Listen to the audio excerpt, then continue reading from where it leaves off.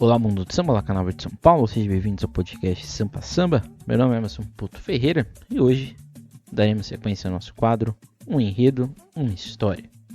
Hoje, um enredo e uma história, literalmente, é história, mas também de um enredo bastante importante, o desfile do Imperador do Ipiranga, no ano de 2004, quando a escola reestreou no Carnaval de São Paulo para a sua última grande passagem, né? Na passagem mais recente, né? Quando 2004, 2005 é a última vez, né, que o Imperador consegue ficar no grupo especial. Mas é isso. Então não deixe antes, né? Não deixe de seguir os Sambistas da Depressão nas suas redes sociais, no Instagram, no Twitter, no Facebook. E aqui no YouTube não deixe de curtir, compartilhar, comentar e de se inscrever no nosso canal. E tocar o sino de notificações para receber as novidades. E se você estiver em uma das plataformas de áudio, não deixe de curtir o Sampa Samba para você ter as atualizações assim que os episódios saírem. É isso. Basicamente é isso. Então vamos lá. Vamos agora então para o desfile, não, né? Mas para o nosso episódio. A gente vai falar agora então do contexto do desfile de 2004 do Imperador Ipiranga, o berço esplêndido de um povo heróico. É o enredo do carnaval do ano de 2004 do Imperador do Ipiranga. Então, desde 2001, a escola não estava figurando no grupo especial. A última vez que a escola tinha tido uma passagem foi no desfile sobre os brinquedos, né, quando ela encerrou o carnaval do primeiro dia daquele ano. E foi um desfile, na época, dentro das limitações da escola, era o que dava para fazer. Então, desde 2001 a escola não estava no grupo especial. Era a comemoração dos 35 anos do Imperador do Ipiranga, escola que nasce em 68, nasce dentro de um protesto no bairro do Ipiranga. O primeiro desfile do Imperador do Ipiranga foi exatamente com canoas, né, representando exatamente as enchentes e numa crítica ao poder público. Aliás, os temas críticos, né, esses temas que têm esse lado social, sempre foram uma marca do Imperador do Ipiranga durante muito tempo. A escola vinha de um vice-campeonato em 2003, no acesso. A escola foi vice-campeã da Tatuapé, que tinha ganhado naquele ano, e a escola então ia para o Carnaval dos 450 anos, sendo a segunda escola de sábado, né? Do sábado. Naquela época, a escola que subia, né, a campeã do acesso, abria sexta, né? E a escola que ficava em segundo abriu sábado.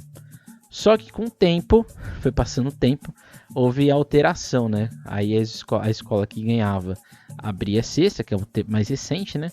E as escolas que eram vice abriam. As escolas que eram campeãs no tempo recente, elas abrem o sábado, e as escolas que são vice abrem a sexta. Mas naquela época, o Imperador seria a segunda.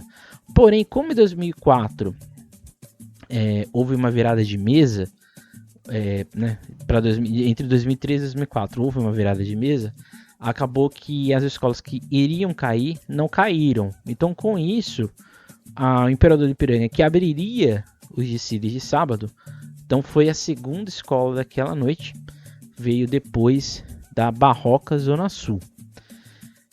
Era a estreia do Edson Machado no Imperador do Ipiranga, no grupo do grupo especial com o Imperador do Ipiranga, né? Ele já estava na escola há um tempo, mas fica aí essa questão, né? O Edson já tinha passagem no grupo especial com a Barroca, mas essa vai ser, eu diria que a grande estreia, ou a reestreia dele no carnaval do grupo especial. Talvez seja a primeira grande, né? Primeiro grande desfile, a primeira grande apresentação do Edson para o Carnaval de São Paulo como um todo. Bem, então agora a gente vai para os atores, ou os personagens desse desfile. Então, o carnavalesco era o André Machado, o mestre do porta-bandeira era o Josimar e a Thalita, era a estreia da dupla no cargo. A comissão de frente era do Ângelo Barbosa, a bateria do mestre Dentinho, e os compositores do samba Batuta, Delacqua e Massinho Kelec, e o intérprete, o Moisés Santiago. Aliás, um samba que tem 3 pessoas, né, na composição, e na época, né, era algo comum, né? Hoje é algo incomum você ter aí 3 pessoas fazendo um samba, e mostra, né, que não adianta você ter 25, 10 pessoas fazendo um samba hoje e fazer um samba horroroso, né? Naquela época, 3 pessoas já era o suficiente para fazer uma obra-prima e um clássico do carnaval como um todo. O interessante é que alguns nomes aqui, infelizmente, já não estão nos grupos, né, no carnaval, alguns já se afastaram, e o único permanecente, né, com grande proeminência no carnaval de São Paulo ainda é o André Machado. Então fica aí essa questão, porque acho que, e aqui já indo para um ponto crítica, né, eu acho que as escolas mais dos grupos inferiores, né, que no ensino, por exemplo, no AMB, já hoje, né, já é bem difícil, por exemplo, um carnavalesco da UESP ir para a liga, né, para o AMB. Não tem uma proeminência artística no carnaval de São Paulo, e isso meio que abafa, inclusive, os carnavalescos que são nos grupos da UESP, por exemplo. Coisa que, por exemplo, no Rio de Janeiro é muito difícil, né, ter essa questão, né, porque acaba que muitos carnavalescos saem da Intendente Magalhães e adentram, né, as escolas da Série Ouro e do Grupo Especial. Em São Paulo isso é muito difícil, né? Então é interessante a gente ver o André, que ele é um desses não é exatamente igual, né? Mas é interessante pensar e refletir como um carnavalesco que vem de uma escola extremamente precarizada em termos, por exemplo, de orçamento para a época de 2004, e ele fez um desfile digno, já fazia desfiles dignos na escola no acesso, né? Que subiu com ela, mas ele conseguiu entregar um trabalho primoroso, né? Um dos grandes desfiles da história do Imperador do Ipiranga. E fica aí esse alerta, né? Talvez a gente esteja perdendo muitos artistas, não só carnavalescos, mas casais, coreógrafos, mestres de bateria, compositores, intérpretes, que estão nos grupos menores, e acabam que as escolas dos grupos, né, acesso e especial, preferem ir lá para o Rio de Janeiro, às vezes, pegar intérprete, outros casais e assim por diante, e esquecem que aqui mesmo em São Paulo a gente tem bons nomes e assim por diante. Então fica aí esse ponto crítico aí, que acho que é sempre bom a gente ter a reflexão. Vamos então para a estética do desfile como um todo. O desfile, ele é simples, como eu disse, a escola não tinha muito dinheiro, praticamente todo o recurso do desfile desse ano do Imperador do Ipiranga vem do setor público. O enredo era sobre os 450 anos, e em 2004, a Prefeitura de São Paulo acabou que dando um pouco mais de dinheiro do que ela dava no normal, se assim podemos falar. Então, a estética do desfile era extremamente simples, mas é um simples que ele tem um trabalho das formas e da objetividade ao enredo de uma forma muito bem inteligente, né, muito bem pensada. E assim, o que seriam as formas, né? Por exemplo, uma ala de tijolo. Você faz um molde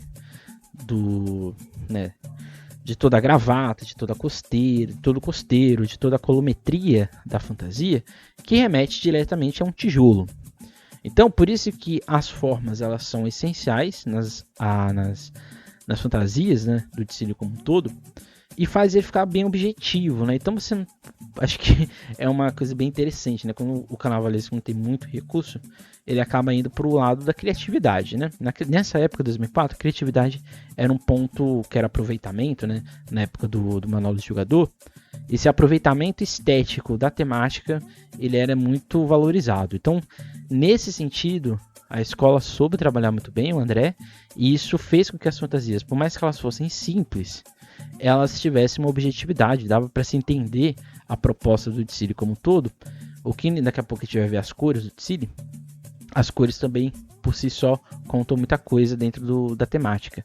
Então a ideia é interessante, né? Porque a ideia é você pegar um museu do Ipiranga, Museu Paulista, e ele ser, vamos dizer assim, o fio narrativo, né? Era como se o museu abrisse as portas e a gente adentrasse a história não só do museu, mas principalmente do espaço em que ele está localizado, um grande espaço de memória da história brasileira, que é exatamente o Museu do Ipiranga.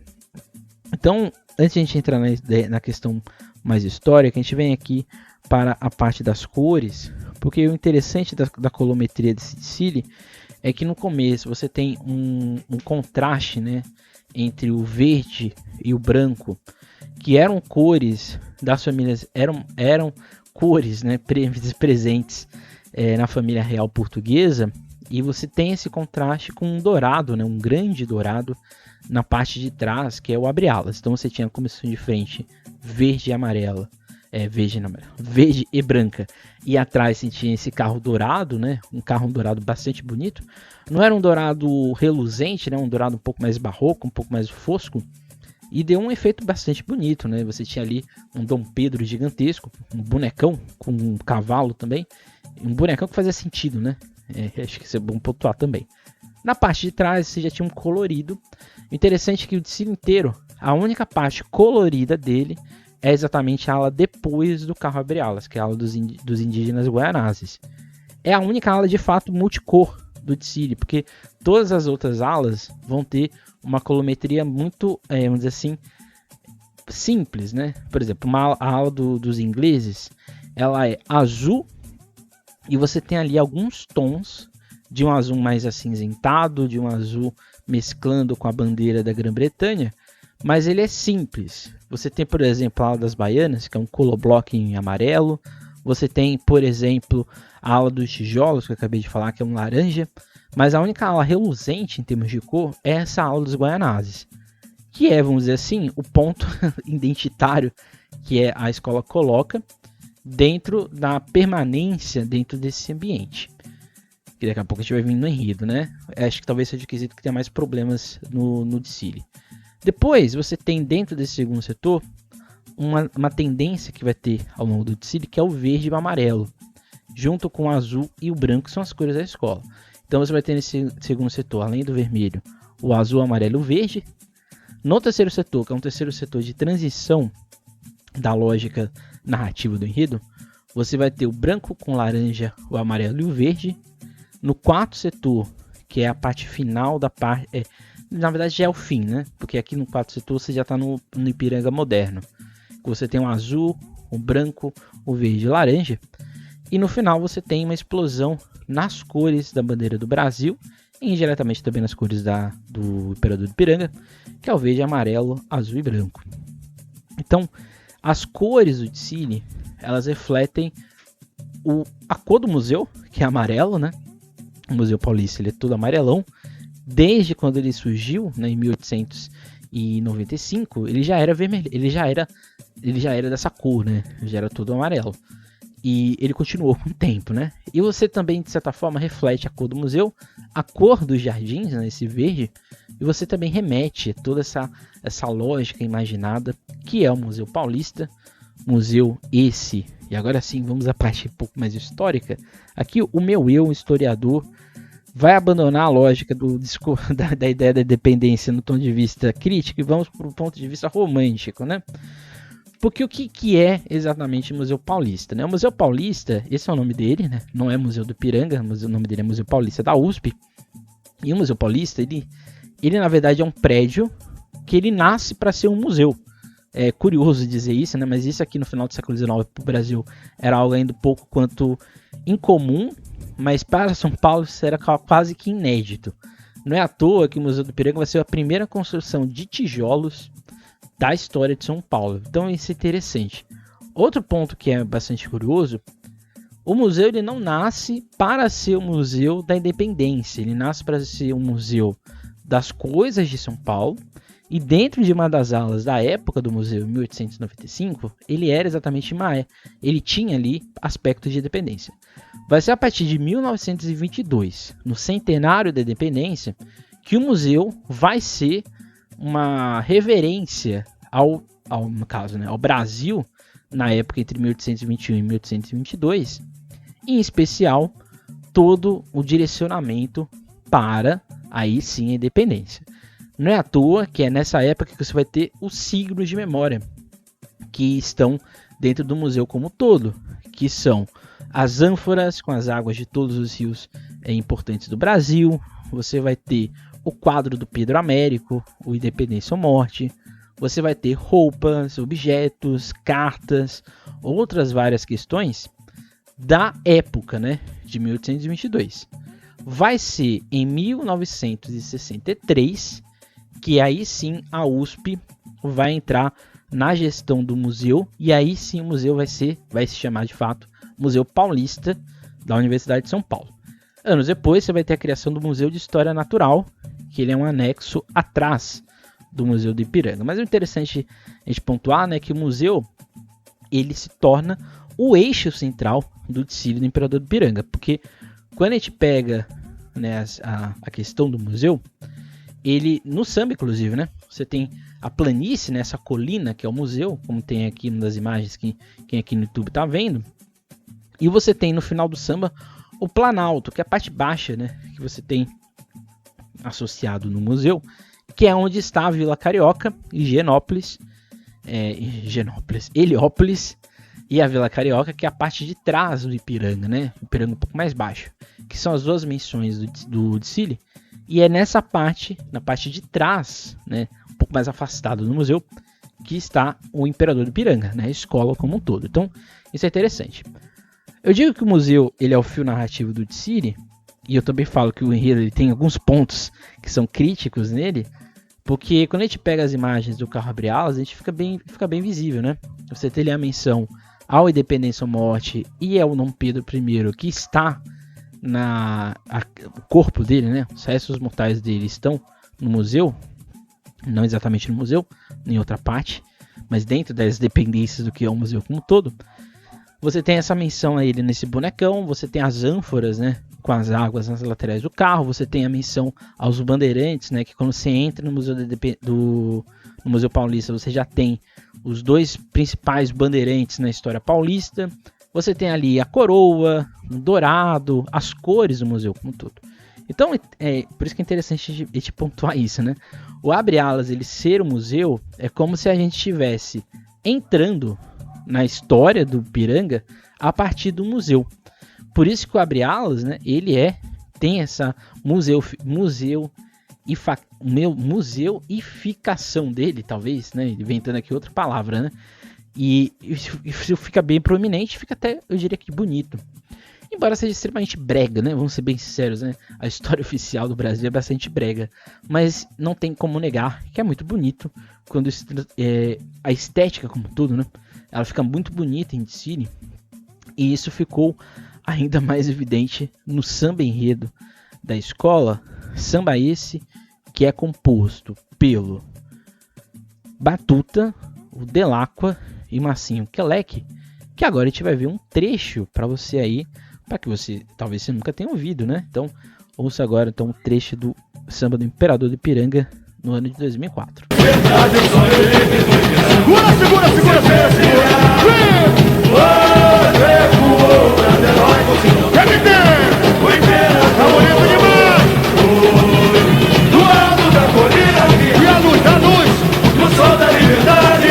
Tá certo! Essa nação ferida escutou a morada!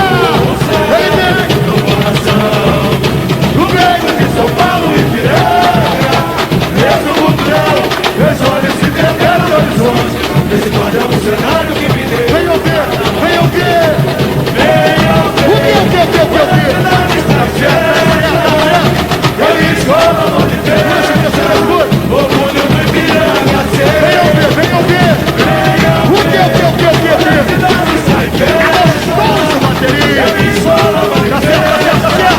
Orgulho do Ipiranga ser palco de estrelas das luxerias. Cartão postal catalana em verso e prosa. Arquiteturas tão monumentais, patrimônio secular é tua história. Portas abertas à imigração, abre vocês no centro. Tá certo. Fala onde é que favorito no Planalto. E no Planalto, orgulho teu, queria também. Abençoado é o teu são. Meus parabéns. Já me dei. O samba é a minha bandeira. Essa arte de bamba me coroou. Da minha cabeça sorrideira. O meu canto levanta. O samba é a minha bandeira. essa arte de mão. Vigorou, da mesa feita, sou imperador. E o despertar, em cima, oh, despertar. Bem, como a gente pode ver no samba da escola como um todo, tem uma coisa que é bastante interessante, né? Quando a gente olha toda a lógica que ele tem, que ele segue, que eu acho que o interessante do samba do Imperador é que ele é um samba que não é explosivo, ele não tem grandes momentos de explosão, mas ele consegue ser extremamente lírico em algumas passagens, né? Agora a gente vai aqui decompor o samba como um todo. Você tem o refrão, né? Meu canto vai levantar poeira, o samba é a nossa bandeira, essa arte de bamba me coroou, cabeça feita sou imperador. Que aqui talvez seja o momento mais assim, pra cima do Odsíris. Mas esse começo aqui, né? O despertar, o sonho livre do Ipiranga se fez brilhar, quando ecoou o brado heróico de Dom Pedro, o imperador. O imperador, ele se estende, né? E aqui é uma alusão exatamente ao grito dado, né? Então quando você canta, né? Quando você lê só, você pensa que é uma coisa normal. Mas quando você canta, né? Quando ecoou o brado heróico de Dom Pedro, o imperador... Esse seria o grito, né? Que é dado, né? Uma alusão ao grito do Ipiranga. Que a gente sabe que ele não existiu, mas aqui a gente está no canto, na visão oficial, lírica, de entender o assunto. Então aqui a gente tem a apresentação do momento histórico como um todo. Aí foi do alto da colina que a luz do sol da liberdade despontou e essa nação menina escutou pulsar. E aqui a gente sai do Brasil e entra em São Paulo, né? Um coração no peito de São Paulo, Ipiranga, berço cultural. Meus olhos se perderam no horizonte. Esse quadro é o cenário que pitei no carnaval. Então aqui a gente tem a alusão exatamente ao museu que começa a se construir, que é essa parte final, né? Esse quadro é o cenário que pitei no carnaval. E a gente tem São Paulo como este centro da glória da independência do Brasil. A gente sabe que isso aqui é muito problemático, né? Mas isso é a construção do museu como um todo e a construção do bairro, né? A ideia de Ipiranga tem essa noção aqui muito posta. Mas o interessante é que é uma coisa muito romântica, não só no que está sendo narrado, seja no enredo quanto no samba enredo, mas é romântico no modo como é construído, porque você tem aqui grandes extensões. É um samba que faz lembrar até uns sambas antigos, né? Aquela pegada um pouco mais nostálgica, melodias que não são muito óbvias.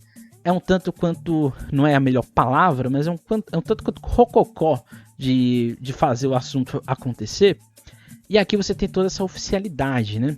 Tem uma coisa que eu acho que é bem interessante aqui, esse meus olhos se perderam no horizonte e a extensão, né? Porque quando você tem ali um coração, você tem uma pausa muito bem posta no peito de São Paulo, Ipiranga, berço cultural, você aqui está estendendo palavras, né? E quando você vê esse meus olhos se perderam no horizonte, o samba muda a melodia, toda a forma que ele é cantado para o refrão, né?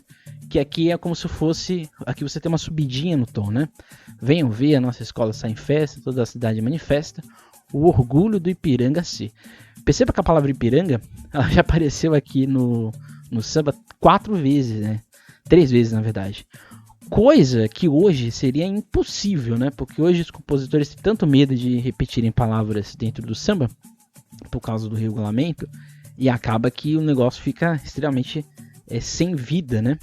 Mas se o enredo é o Ipiranga e um imperador, então você tem que citar. Aí depois você tem palco de estrelas, astros geniais, cartão postal cantarolado em verso e prosa, arquiteturas tão monumentais, patrimônio secular é tua história. Aqui você tem alusão ao museu, mas principalmente às construções ao lado do museu, principalmente na Avenida Nazaré. Você tem ali escolas hoje, né? Escolas, hospitais, universidades, que são verdadeiras obras-primas da arquitetura brasileira.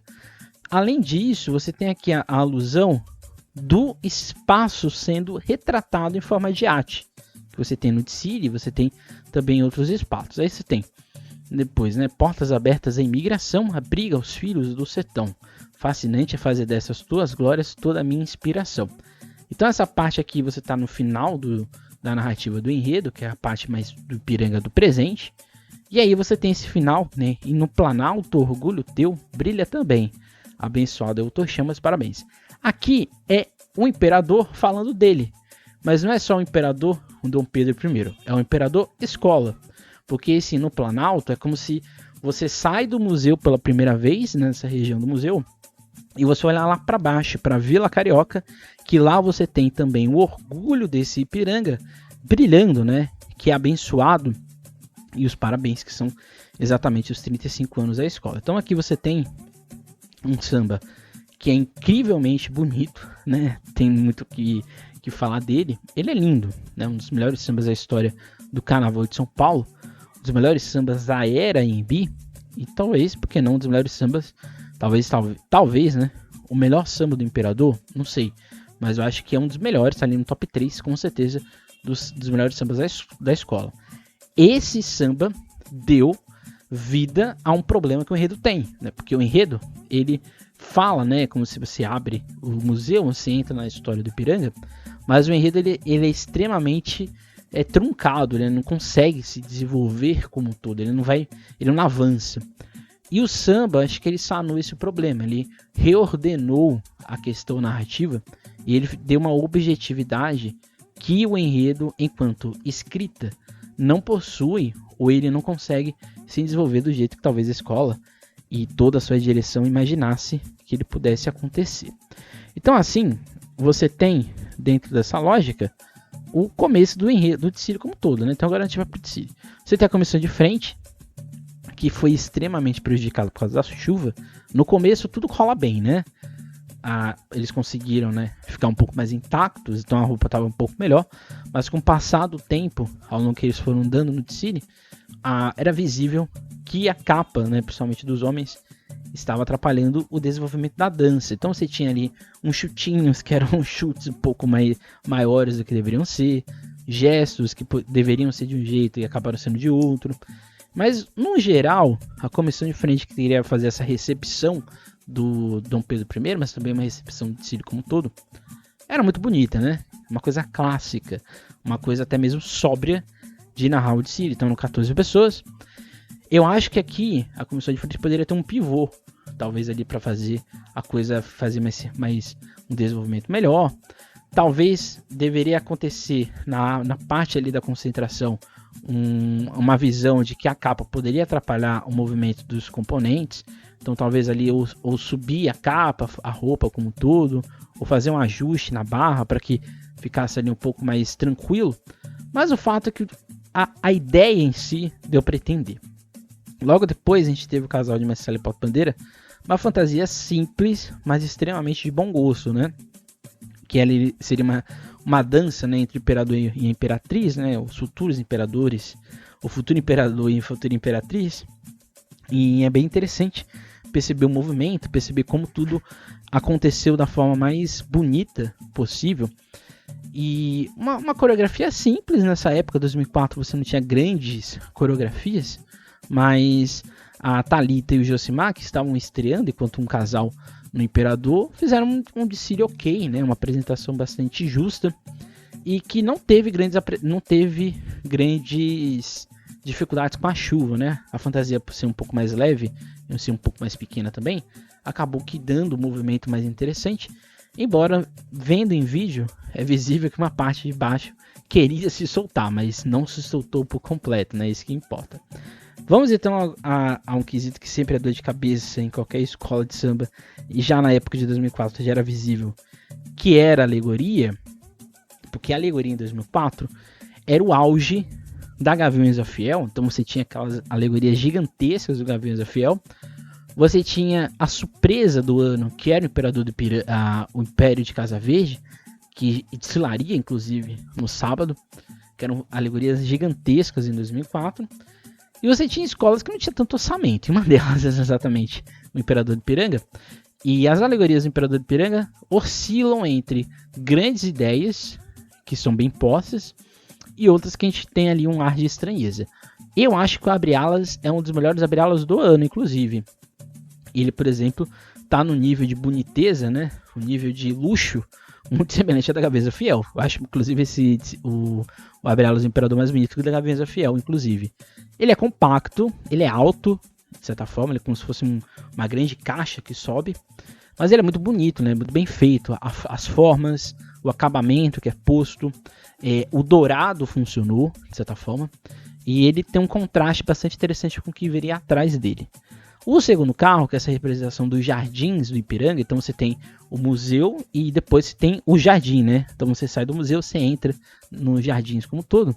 O carro aqui, você percebe que houve ali um truque, né? Você coloca muita gente, você coloca um acabamento, uma parte, né, de finalização do carro que seja um pouco mais extenso nas formas e tudo mais, para cobrir buraco, né? Essa é a grande verdade. E de certa forma deu certo, né? O carro, ele é muito bonito. O terceiro carro é visível que faltou aqui algo nele, mas que foi sanado principalmente com a representação do monumento, né? O monumento à independência que fica depois do jardim. E aí você tem as estátuas que foram representadas por pessoas, né? Um grupo ali que fez uma encenação. Ficou bonito, né? E à frente você tinha a orquestra de Heliópolis, todo encharcado ali, fazendo uma representação. Então esse começo, você tem essa parte histórica do Ipiranga, que você sai do histórico enquanto momento, que é 1822, que é a independência, e você vai para a construção do museu, que são exatamente o segundo, o terceiro carro, e inclusive o primeiro. Por isso que eu digo que é um pouco confuso, né? Porque a escola não queria falar da independência, que fugiria dos 450 anos, mas ao mesmo tempo não falou tanto do museu, da região como um todo.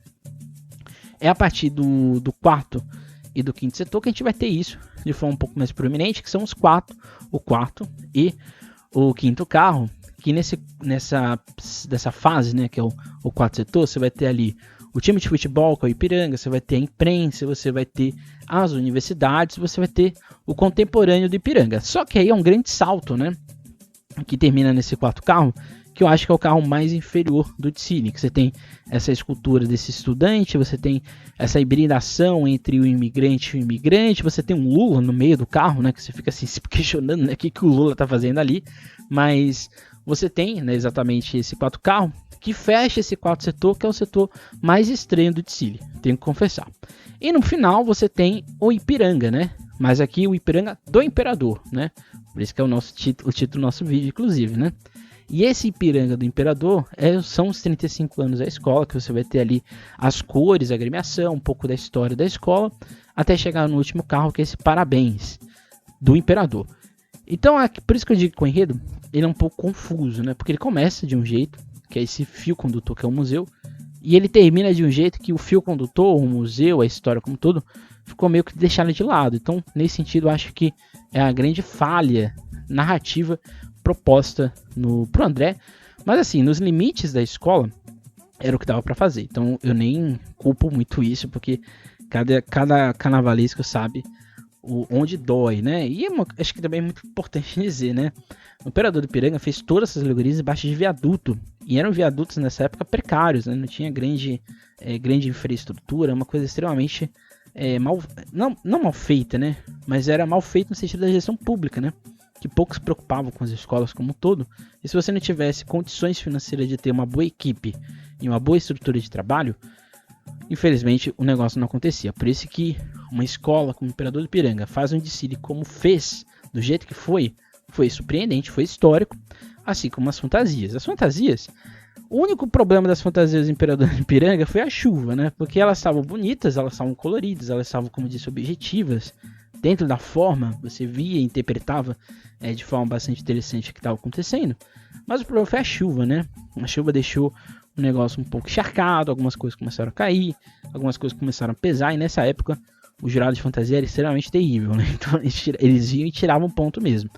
Mas assim, as fantasias, dentro do proposto que a escola tinha, estavam muito bem feitas, inclusive a ala das baianas, que é uma das fantasias mais bonitas de Sicília, a fantasia da bateria, que é uma fantasia em alusão aos dragões da dependência, e outras várias fantasias, inclusive as alas, algumas delas tinham inclusive maquiagem, né, como dá pra ver nas fotos que a gente está mostrando no YouTube, o que mostra que tinha um trabalho também estético bastante interessante, mesmo com pouco orçamento. E outra coisa interessante, né, o samba ser muito bom fez com que a gente meio que visse, meio que a gente enxergasse as fantasias e as alegorias do desfile de outra maneira, né? Porque assim, quando o samba é muito bom, ele dá muito certo, a gente esquece que o desfile às vezes não tem o orçamento, o luxo, a grandiosidade que tinha, por exemplo, um Império ou uma Gaveza Fiel. Então, nesse sentido, eu acho que o samba foi o grande protagonista do desfile do Imperador do Ipiranga, como a gente pode ver nas notas, né? Porque as notas desse desfile, como vocês estão vendo aqui no YouTube, quem está no YouTube tá vendo, né? Mas quem está no áudio, vamos narrar, né? O quesito fantasia, né? Que era o quesito que abria o Carnaval de São Paulo naquela época. Nessa época eram 4 notas, né? E a maior e a menor nota era descartada. Fantasia foi o pior quesito do Imperador do Ipiranga. A escola tirou 2 8,5, 1 9, 9 e 2 9s. Então, assim, uma nota 9 e uma nota 8,5 foram descartadas. Então, a escola perdeu, na verdade, aqui 3,5 pontos. Então, ela já saiu um pouco atrás. Enredo, a escola tirou 2 10, 1 9,5 e 1 9. O 9 e o 10 foi descartado. Então, a escola ficou com 19,5, né? Perdeu meio ponto apenas. Alegoria, a escola foi bem dentro do que apresentou, né? Por mais de todas as dificuldades de estrutura e tudo mais. A escola tirou 3, 9,5 e 1 9, sendo 9,5 e 1 9 descartado. Então a escola perdeu um ponto apenas em alegoria. Começou de frente, a escola tirou 10, 1 9, 2 9,5. Aqui acho que poderia ser melhor, né? Porque se a escola tivesse, por exemplo, se não tivesse chovido, talvez a comissão de frente tivesse tirado 3 notas 10 ou até mesmo 2 notas 10. E talvez não tiraria esse 9. Esse 9 provavelmente foi por causa da chuva. Porque aqui já é o segundo setor, a coisa já está começando a ficar encharcada, o componente começa a ficar um pouco mais nervoso, fica até um pouco mais sem saber o que fazer. Então acho que aqui esse 9 desse segundo setor reflete talvez nisso, né? Mas no final a escola perdeu apenas um ponto e começou de frente, então foi bem. Mestre Sala e Porta-Bandeira, mesmo com a inexperiência do casal enquanto dupla, perdeu apenas meio ponto, né? Porque a escola tirou 2 10, o 9 e o 9,5. O 10 e o 9 foram descartados, então ele só perdeu meio ponto. Letra do samba foi o único quesito que a escola tirou 4 10. Então assim, valeu 20, não perdeu ponto. Melodia é a grande polêmica nesse caso, né? Porque em melodia a escola tirou um 10, 2 9,5 e um 9. Acabou que o 10 e o 9 foram descartados, mas aqui em melodia a escola facilmente poderia tirar 10.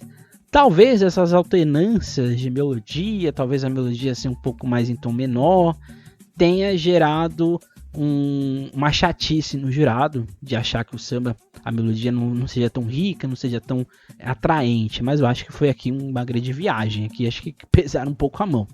Evolução talvez seja o quesito mais complicado da escola, porque é visível que a escola em alguns momentos abriu buracos, em alguns momentos você percebia que faltava algo ali, esse algo é volume de fantasia, que de certa forma gera alguns clarões.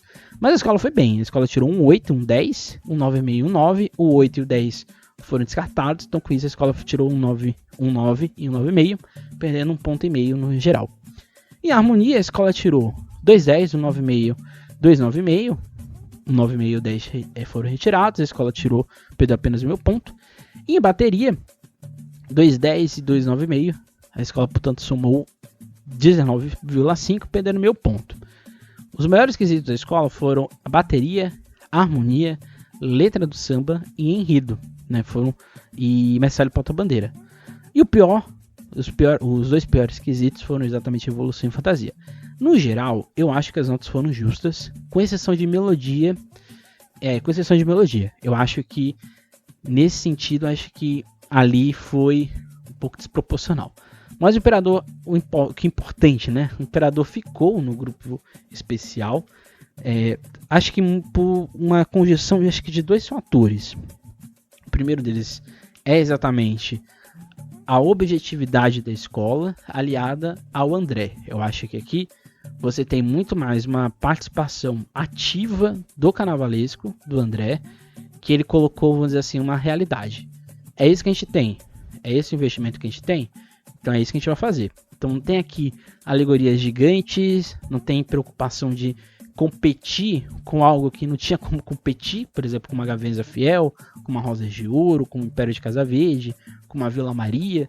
Não tinha como competir com esse povo. Então vamos fazer o básico. E esse básico foi bem feito. O que eu acho aqui é o seguinte: por mais que a escola tenha ficado com esse 191, o desfile do Imperador foi melhor, por exemplo, que o desfile da Camisa Verde e Branco, né? Então a Camisa Verde e Branco ficou na frente, inclusive, do Imperador. Mas eu acho que, assim, no geral, no que a escola poderia ofertar, a escola fez um desfile primoroso. E assim, é interessante, né? Porque é aí que a gente lembra do desfile, né? A gente lembra da abertura, do samba, da ousadia da bateria, né? A bateria, talvez as notas perdidas de bateria sejam por causa do samba, do andamento, que é de fato bastante acelerado. Mas eu acho que foi uma escolha que, no meu ponto de vista, deu certo, sustentou o desfile, interagiu com o público e tudo mais. Então, nesse sentido, acho que a escola fez o que tinha que fazer e fez muito bem, né? A escola ficou na 14ª colocação. 14ª não, 13ª colocação nesse ano. Só confirmar aqui se foi 13º. Deixa eu pegar aqui minha lista. Cadê minha lista? Aqui. A escola ficou na 13ª colocação, exatamente. Ficou ali apenas na frente de Gaveza Fiel, Peruche e Barroca, né? Inclusive Gaviões ficaria na frente do Imperador se não tivesse perdido as notas nesse sentido. Mas eu acho que o Imperador fez o desfile melhor que o Leandro, fez o desfile melhor que a Camisa Verde e Branco, fez um desfile melhor que o Vai Vai. Poderia, pelo menos, ter ficado na 10ª colocação. Eu não acho que fez um desfile melhor que o Tatuapé, nem que a Águia, nem que a Tucuruvi, mas eu acho que um 10º lugar seria a melhor posição para esse desfile. Desfile histórico da escola, um desfile extremamente empolgante, e por isso está aqui no nosso desfile, no nosso quadro Um Rio de uma História. Se você tem alguma lembrança de desfile, se você desfilou nele, inclusive, deixa aí nos comentários. Então esse foi o nosso episódio de hoje. Não deixe de seguir o Sambista da Depressão nas suas redes sociais, Instagram, no Twitter, no Facebook, aqui no YouTube. Não deixe de curtir, comentar, compartilhar, se inscrever no nosso canal e também de apertar o sino de notificações. Se você estiver nas plataformas de áudio, deixe de seguir o Sampa Samba para você ter as atualizações dos nossos episódios todas as quarta-feiras, por volta das 5 horas da tarde. E no Deezer sempre tem aquele atraso. Então é isso, gente. Até a próxima. Nunca esqueça e nunca deixe de sambar.